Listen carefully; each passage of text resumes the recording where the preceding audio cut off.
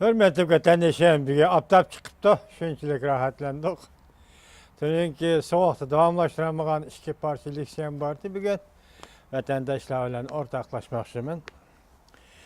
Rusya matbuatları Cungo'yu yıkıllatsan, mağlup buluşan dedi. Duma azaları Beijing keynimizden pişak ordu dep tanqid kıldı. Mavzulu haber. 2. ayının 9. günü Amerika avazının Xitay tili programımızda ilan kılındı. Haber mundaq başlandı. Moskva. Cungo'nun Rusya'da kurulgan bankisi şirketler türlerinin məbləğ seliniş hukukunu kontrol qılıblı qalmasdan belki Rusiyalık xaridarlarının bank hesabatını taqaşqı məcburludur. Cungo'nun Rusya'da Moskova'da kurulgan bankisi şirketler ve türlerinin, her xil işlep çıkarış türlerinin məşğulatını, yoki məbləğ söylüş hukukunu çeklepli kalmasın belki adetki banka xaridarlarının mı hukukunu, bankın hesabat numarını taqaşqı mecburlu dedi. Rusya matbuatları təhlil qılıb bunda görsetti. Cungo Rusya'nın beşiği gün düşkende topallandı toğaç oğurladı. Şekli özgergen halda Gərb lagerinin Rusya'nı cezalaş qatarına koşuldu. Demek Rusya matbuatları nemi deydi? Xitay Gərb lageri bilen birleşip Rusya'nı çekleşten qatarı ötü deydi. Rusya'nın Cungo'ya yıkıllı siyaseti məğlup oldu. Demek Rusya'nın Cungo'ya yıkıllı siyaseti məğlup oldu. Devlet Dumasının azaları hatta Cungo Rusya'nın keyinden pişak ordu. Topullandı toğaç oğurlu deyip görsetti.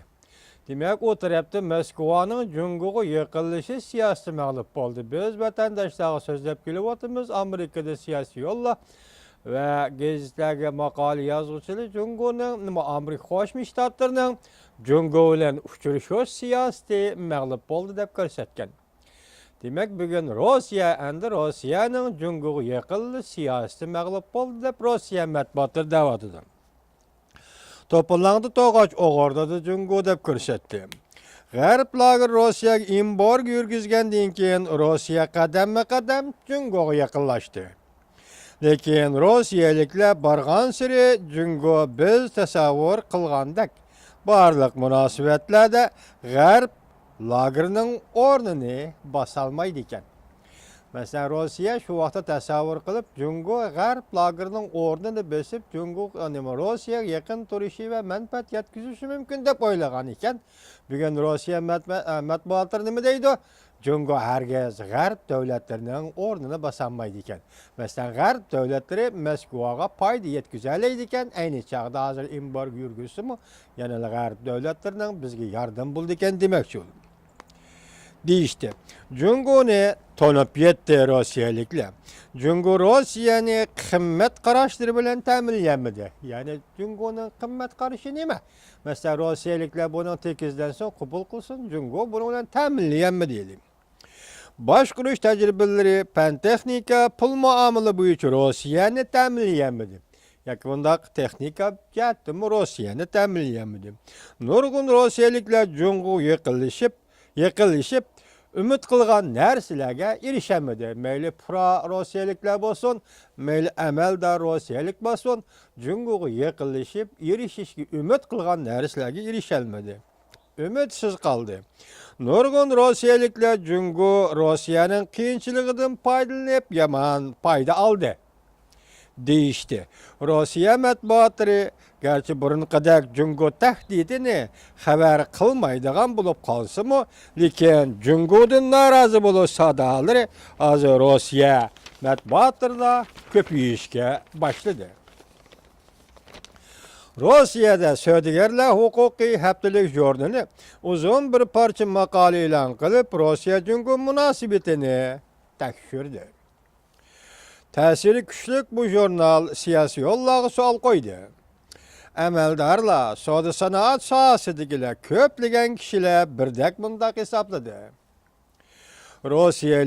Rusiyanın Cungo'ya buruluş siyaseti məğlup oldu. Maqalı da bundaq görüstüldü. G'arb lageri embargo yurgizgandan keyin Rossiya Jungoga yuzlandi. Lekin Rossiya amaldorlari va soat tijorat sohasidagilar umumyuzlik Jungoga ishonmadi. Shu vaqtda Jungo Rossiyaga yaqinlashganda Rossiya Jungodan foydalanib energiya bahası bo'yicha Yevropalik shirkatlarga bosim ishlatdi deb qaraldi. Masalan, energiyalik tabiiy gazni Yevropaga chiqarish, Osiyoga chiqarish, Jungoga chiqarish masalasida baho qo'yishdan foydalanib, Jungo Yevropa davlatlariga shu orqali Rossiya bilan bo'lgan savdo orqali Yevropa davlatlariga bosim ishlatdi deydi. Maqolada bunday ko'rsatildi. 2015-yil ikki davlatning siyosiy munosabati ilgariladi. İki taraf kelishim imzolab, Jungoning bir yo'l bir balvoq planini Yevro-Osiyoning iqtisod gavdasining iqtisod turlariga ulamoqchi bo'ldi. Qo'shmoqchi bo'ldi. İki davlat rahbarlari Moskva Qizil maydonda va Beijing Tiananmen'da o'tkazilgan ko'rakka qatnashdi. Ikkinchi dunyo urushining g'alabasi uchun o'tkazilgan ko'rakka qatnashdi. İki davlat rahbarlari. İki davlat to'xtam tuzib, Rossiya Jungoga 400 belgilik raketa, su, 35 belgilik kurashchi aeroplan setib bermoqchi bo'lgan edi. Jungo Rossiyaga yordam qilib, dengiz osti to'ksimib tortib, Qrim yerim orolining energiya krizisini hal qilmoqchi bo'lgan edi. Demak, Jungo uni qilmoqchi, Rossiya buni qilmoqchi bo'lgandi. Ishlar shundoq bo'lsa-mu, ikki davlatning munosabati ikki davlatning kutgan yeridan chiqmadi. Maqolada bunday ko'rsatildi. Nurg'un Rossiya amaldorlari bunday hisobladi. Rossiyaning sharqiy yuzlanishiga Jungoning pozitsiyasi intayin sovuq bo'ldi. Demak, Rossiya siyosatini sharqqa yo'tkamoqchi Vladivostok tarafga, Yaponiya dengizi tarafga. Buning nisbatan Jungoning siyosiy sovuqqon muomala qilish bo'ldi deydi. Rossiyada nefrat bahsi arzonlab ketgan taqdirdami, Jungoning o'tgan yili Rossiyaga salgan mablag'i aran 0,7% bo'ldi. Demak, Jungo Rossiyaga mablag' salmadi deydi. İki davlat o'rtasida savdo tijorat doirasi qisqarib, 3dan 1 saviyaga tushib qoldi. Fakat Jungo Rossiya savdosi 3dan 1 doirada elib berildi deydi. Rossiya kamsitilganligini his qildi. Mana ko'ringlar, Jungolog, Osiyalik, Jungolog hozir Yevropalik Rossiyani kamsitgan ish chiqibdi o'tirg'a. Jungoning qarniyati kengaymoqda.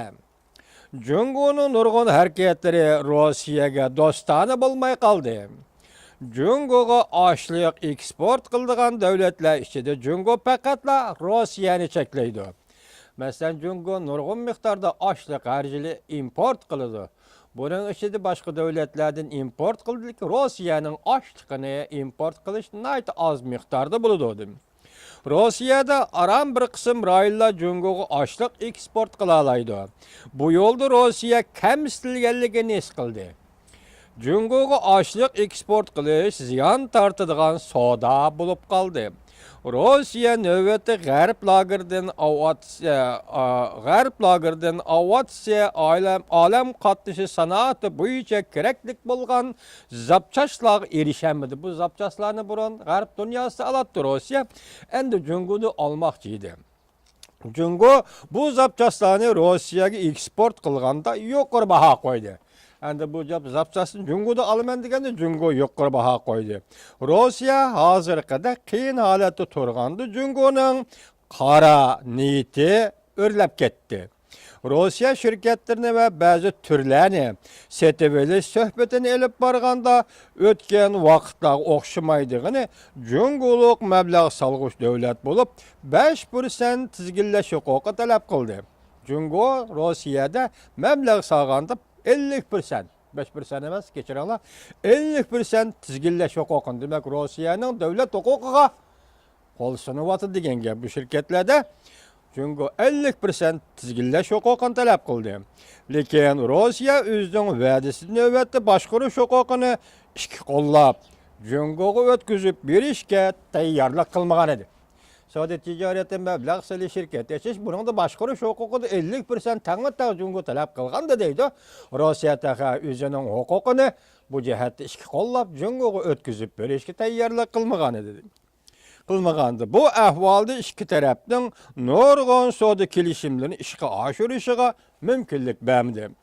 Siyosiy tahlilchilar bu nuqtada mundaq ko'rsatdi. O'tgan 2 yilda Rossiya Jungo bilan energiya to'xtamida Rossiya ziyon tortdi. Rossiya bilan Jungo munosabatida qamlashmaydigan yetarsiz bir taraf bor edi. Rossiya kelgusi 5-6 yil ichida iqtisodiy krizisdan qutula olmaydi. Davlat kuchi o'rlayotgan Jungoning zaiflashayotgan Rossiya bilan tuzgan har qanday yaqinchilik munosabatlari to'xtamlari kelishimlari hargiz barobar bo'lmaydi yoki tabiiy bo'lmaydi. Demak, Rossiya zaiflashyapti deydi, Jungo bundaq vaqtda Rossiyani kamsitayapti deydi. Demak, hozir Yevropa davlati Rossiya, Asiya davlati Jungo ismlarda bo'lsin vatandoshim, Uyg'uriston masalasi Rossiya bilan Jungo o'rtasidagi masaladir. Bu 20-asrning 40-yillida ya 40-yillida ya 10-yillardan boshlab Uyg'uriston masalasi Rossiya bilan Jungo o'rtasidagi masaladir. Bugun biz bu so'g'chilikni, Rossiya Jungo o'rtasidagi so'g'chilikni sizlarga tafsili anglatdik vatandoshlar.